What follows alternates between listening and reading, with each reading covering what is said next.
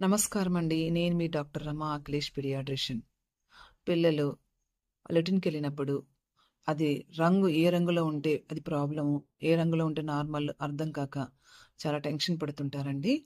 నార్మల్‌గా తల్లిపాలు తాగే పిల్లలు గోల్డెన్ యెల్లో అంటే పసుపచ్చ రంగులో లెట్రిన్ కూర్చుంటారు. కొంచెం ఊటలాగా కూడా కరుస్తారు. అది నార్మలే. గుళికలుగా కూడా వస్తది. అది కూడా నార్మలే.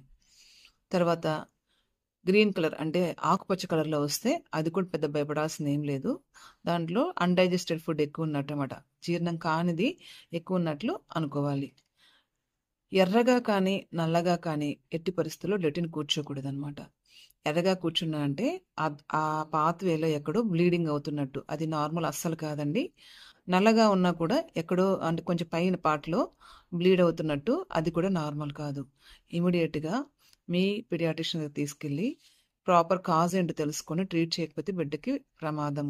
అలాగే చాకీ వైట్ అంటే తెల్లగా అంటే చాకీ వైట్ అంటే మన చాక్ పీస్ ఉంటది కదండీ! అంత తెల్లగా లెట్రిన్ కూర్చున్నాడంటే ఇది ఒక రకమైన పసికర్లనమాట. అలా కూడా కూర్చోవడం మంచిది కాదు. ఇమ్మీడియేట్‌గా డాక్టర్ దగ్గరికెళ్లి చూపించుకోవాల్సిన ఎమర్జెన్సీ అనమాట.